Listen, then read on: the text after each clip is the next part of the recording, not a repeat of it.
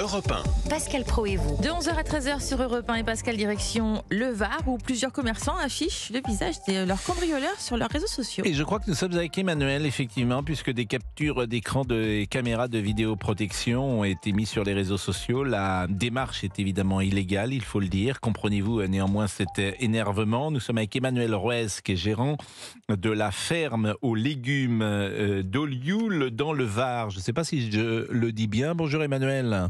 Bonjour. On dit Olioul. Exactement, oui. Vous avez été cambriolé 800 € de préjudice et vous avez publié sur les réseaux sociaux des captures d'écran des voleurs présumés. Vous avez été cambriolé alors que vous étiez présent ? Alors, ma vendeuse était présente, il était 17h20, quand deux jeunes filles sont arrivées à pied, avec un petit chihuahua dans les mains, prétendant vouloir faire une soupe pour la grand-mère. Donc, elles ont demandé quels légumes on pouvait mettre. Donc, les jeunes filles l'ont guidée au fond du magasin. 30 secondes après, une voiture est arrivée avec une dame blonde qui s'est présentée, qui a dit bonjour, tout simplement, et qui est passée derrière la caisse, qui a déconnecté tranquillement la caisse. Elle a enlevé la balance, elle a déconnecté le tiroir caisse. Elle est partie, elle a klaxonné 2 fois, puis les jeunes filles ont tout balancé les légumes sur ma vendeuse, elles sont parties en courant. Donc après, c'est pas le préjudice financier des 800 €, mais c'est tout ce qu'il y a derrière en fait, parce que ça fait déjà 2 fois que ça nous est arrivé en 3 ans. Ma vendeuse, elle est complètement traumatisée, c'est-à-dire qu'elle veut plus faire les fermetures du magasin. Voilà, dès qu'il fait nuit, elle a peur. Il était quelle heure 17h20. Donc il était très tôt, hein. Donc c'était avant la grande vague. Et du coup, voilà, donc nous, en plus, on est ouvert 7 jours sur 7, 8h, 20h. On se donne du mal à garder notre entreprise avec les 20% que les fruits et légumes ont pris. Et en plus, il nous arrive encore ça, donc des gens mal intentionnés qui viennent nous voler, nous, et pas les gros, on va dire. Et voilà, donc en fait, c'est un ras-le-bol, en fait. Arrive un moment... donc vous avez publié sur les réseaux sociaux ces captures. Des photos.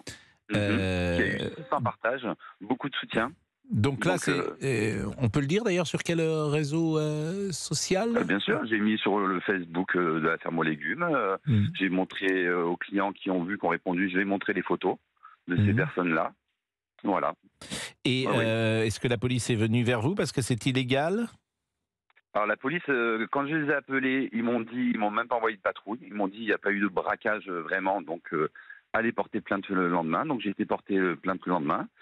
Et voilà. Donc pour le moment, j'ai toujours pas de nouvelles.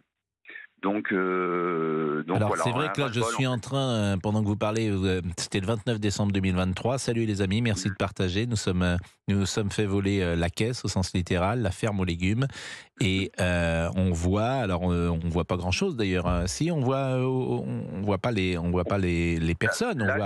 Non, les personnes, là, je les ai enlevées, les photos. D'accord. On voit plus que la voiture qui rentre sur le parking. C'est la première photo que j'ai sous les yeux, c'est effectivement la voiture qui est au fond là-bas. Exactement. Donc c'était jeudi 17h20, effectivement, on voit avec la caméra. La solution, ce serait quoi ? C'est qu'il n'y ait plus en fait d'argent liquide, que les gens ne payent qu'en carte bleue sans contact. Si demain vous mettez le sans contact, vous savez la part d'argent liquide que vous recevez de la part d'argent carte bleue ? Nous avons déjà les cartes bleues, on a des TPE, on prend les tickets, les cartes tickets restaurant, tout ça et tout, mais il y a toujours des personnes qui payent en espèces. Donc, est-ce que la part aujourd'hui, c'est combien, par exemple, dans une entreprise comme la vôtre ? Ça dépend. Sincèrement, ça dépend, on va dire 50-50. Oui, parce que c'est des petites sommes, la ferme aux légumes, j'imagine. Il y a des gens qui achètent une orange qui achète 3 clémentines. Oui, les paniers moyens, c'est 25 € à peu près. Ah, quand même ? Ah oui, les gens quand ils... Oui, c'est le panier moyen. Il est haut le panier moyen, parce que parfois, il y a des gens qui doivent acheter, par exemple, quelques clémentines ou quelques mandarines. Oui, ça arrive, ou la petite mamie qui va prendre 2 carottes, une branche de céleri pour faire sa soupe, elle fera pas de carte bleue. Oui. Voilà, donc elle paiera en espèces. Oui, effectivement. Et voilà. Donc la solution, ce serait une monnayeuse. Oui. J'ai été voir déjà pour faire un devis pour une grosse monnayeuse avec des portes blindées qui sera scellée au sol. Donc, c'est ce qu'on voit parfois. Moi, je vois ça dans les boulangeries parfois. Oui, exactement. Ouais. Beaucoup de boulangeries maintenant. C'est quel investissement ça ? Ça coûte combien ? Alors, c'est 500 € de location par mois. Donc, ça fait 6 000 € de charge. C'est pas rien quand même. Mais si vous l'achetez, ça coûte combien ? Alors, ça vaut entre 18 et 23 000 €. Ah, c'est pas En donné. sachant qu'on m'a Ah non, mais c'est conseillé- beaucoup d'argent. Non, non, c'est pas donné. C'est un investissement. C'est Ah un oui, c'est investissement. beaucoup mais d'argent. l'avantage de le louer, c'est que vous gagnez déjà. Il n'y a plus d'erreur des caisses. Il y a plus de vols, ça freine les vols. On gagne du temps aussi le matin et le soir pour compter la caisse, parce que maintenant tout sera dans ce coffre. Mm. Donc voilà, donc c'est un investissement, mais si ça peut dissuader les gens malveillants comme ça, ce sera un confort aussi pour la sécurité de mes employés. Bon, bah merci beaucoup Emmanuel. C'est une question que je vais poser à tous ceux qui vont intervenir aujourd'hui. Vous êtes né en quelle année ?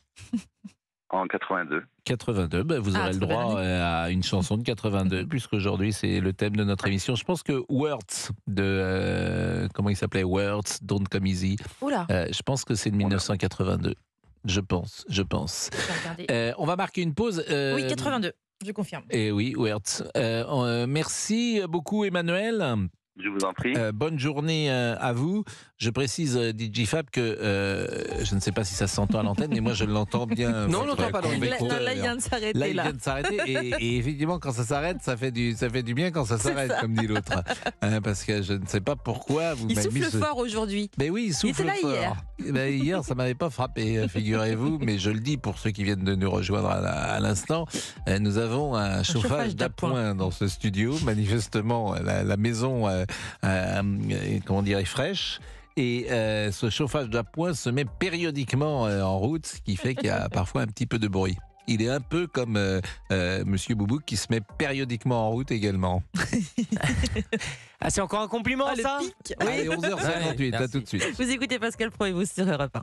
Pour réagir et donner votre avis sur Europe 1, Rendez-vous sur la page Facebook de Pascal Pro et vous. Europe 1. Europe 1, 11h, 13h, Pascal Pro et vous. Pascal Pro et vous, la suite sur Europe 1 et vous, au standard 01 80 20 39 21, comme Jean-Pierre qui est avec nous en ligne. Le Pascal. ras-le-bol des commerçants après les cambriolages. Dans le Var, certains ont décidé d'afficher le visage de leur cambrioleur sur les réseaux sociaux. Le code pénal est très clair. Cette démarche n'est pas légale car elle ne respecte pas l'intimité des gens concernés qui n'ont évidemment pas donné leur consentement pour l'exploitation de leur image. Ces personnes bénéficient par ailleurs de la présomption d'innocence. L'infraction pour celui ou celle qui le commet est passible d'1 an de prison et 45 000 € d'amende. Nous sommes avec qui ? Nous sommes avec Jean-Pierre. Bonjour Oui, c'est ce Jean-Pierre. que j'ai dit. Vous êtes commerçant ?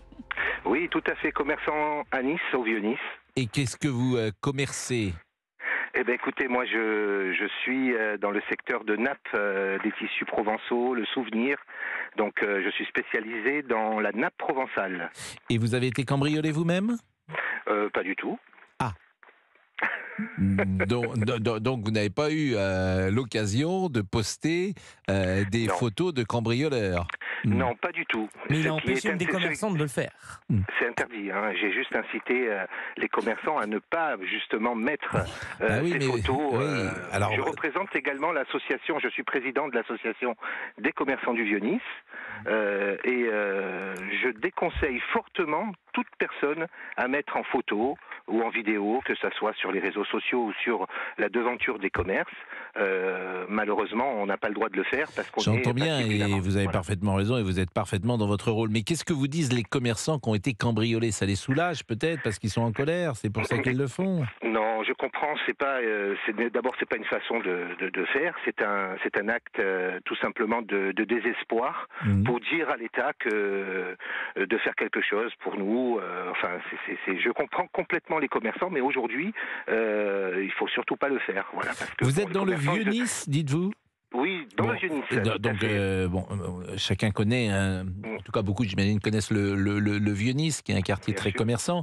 Est-ce que il y a beaucoup de cambriolages à Nice aujourd'hui parmi les commerçants ? Écoutez, il y a certainement beaucoup de cambriolages, mais les cambriolages sont gérés par la justice, par la police. Non, mais j'entends bien, mais c'est pas ma question. Est-ce qu'aujourd'hui, il y a beaucoup de cambriolages ? Est-ce qu'autour de vous, les gens ont été cambriolés ? Et puis parfois, ça crée des traumatismes, bien évidemment. Écoutez, effectivement, il y a de temps en temps des cambriolages, mais en général, on soutient les commerçants et la ville et la police municipale de proximité fait son travail, c'est-à-dire prendre tous les jours contact avec les commerçants. Bon, c'est vraiment un pourcentage très faible de cambriolages que nous avons dans le Vieux-Nice. Hein. c'est certainement sur le nombre de cambriolages qu'il y a en France. Il y a une police municipale qui est très présente en plus nous, on a à la Nice. chance d'avoir la police municipale présente, une police de proximité, la police nationale également. Ils font très bien leur travail et en général, ils prennent contact avec les commerçants. La police de proximité. Tous les jours, on a la visite de la police. Tous les jours. Il n'y a pas un jour de la semaine sans que la police municipale passe, nous saluer, nous demander si tout va bien, si il se passe quelque chose, absolument rien, mais on est content de cette police municipale de Nice, tout simplement. C'est vrai que Christian Estrosi avait mis au cœur de sa politique municipale la sécurité de ses administrés et sans doute de ses commerçants, et c'est une des raisons pour lesquelles il a été réélu, j'imagine, parce que la sécurité est au cœur des préoccupations des Français aujourd'hui. C'est vrai, je suis d'accord. Le maire de Nice il a mis en place cette sécurité de proximité, cette police municipale. Il faut comprendre juste une chose, c'est que les caméras, moi je force les institutions à ce que les caméras à reconnaissance faciale soient actifs. C'est-à-dire que quand vous avez des personnes XY, ils sont en rouge, en fait, si on peut les arrêter avant, si c'est possible, grâce aux caméras à reconnaissance faciale, ça éviterait certainement parce que la plupart des cambrioleurs, c'est pas la première fois où en général ils sont condamnés, où ils continuent, où ils refont d'autres cambriolages. Si on a la chance d'avoir ces caméras à reconnaissance faciale qui sont actifs réellement pour pas qu'on soit attaqué par la CNIL ou par autre organisme, ça permettrait justement d'avoir en amont ces cambrioleurs ou ces actes. J'entends bien. Jean-Pierre Lelouch, président de l'association des commerçants du Vieux-Nice, que je remercie. Monsieur Lelouch, puis-je vous demander d'une manière indiscrète votre année de naissance, monsieur Lelouch? Alors je suis né en 1970 à Nice. Je suis niçois. Mais vous êtes niçois. J'ai de la chance. Voilà, moi j'aimais bien aller à Nice jadis. Est-ce que vous montiez au stade du Rail de temps en temps? Au stade du Rail, on a fait la dernière du Rail. Vous étiez un supporter de l'Olympique Gymnase Club de Nice? Moi je suis un fan club. J'ai mon fan club déjà. Je suis supporter de l'OGC Nice. Et donc vous avez connu Et j'ai la chance au Vieux-Nice d'avoir rencontré tous les joueurs de l'OGC Nice plusieurs fois, venir nous saluer. Et quand vous étiez enfant, il y avait par exemple Jean-Marc Guillou, Leif Erikson, c'était le président Loyel. Daniel Bravo, je suis de l'époque de Ticana. Mais évidemment, Marco Molitor qui jouait, et puis après il y avait Dominique Baratelli, c'était une grande équipe. Et moi j'adorais aller à Nice, et je dormais, je ne sais pas si cet hôtel existe toujours, je dormais sur le West End, sur la promenade. Toujours, et surtout le West End font des petits déjeuners le dimanche matin. Et mon ami Michel Giuliani, qui travaillait à Canal 40, Michel Giuliani avec Jean-Marie Boffa, il venait me chercher avant les matchs et nous montions au Rail. Parce que Jean Séraphin, Jean Séraphin en entraîneur. Bien sûr, Jean Séraphin, bien sûr, Roger Jouve, etc.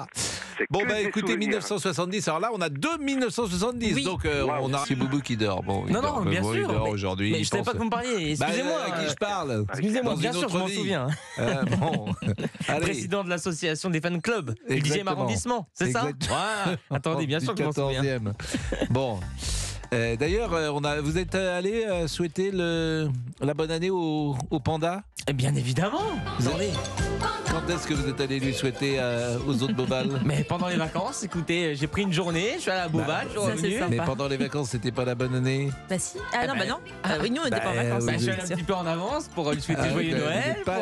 C'était ça pas porte malheur, ça, c'était la bonne année avant. Ah bon, ça porte malheur? De souhaiter la bonne année avant, ça porte malheur, ça bien va sûr. pas empêcher sa libération, en tout cas. Ce serait bête qu'il reste enfermé, hein. Il était venu avec l'âne. Oui, le 21 décembre. Quel souvenir. Ah, magnifique. Espérons qu'il revienne. Lui, pas l'âne. Oui, bien sûr. Le prochain animal qui viendra, ce sera une girafe, m'a-t-on dit. Mais ça passe, ça va passer. Hein. Bien sûr. Un bébé. Un petit bébé. Je peux faire mon point après la pub, ça vous dérange pas? Je vous en prie. Merci. Il est 12h02, à tout de suite. On change de sujet après la pub. Ah bon, tant pis.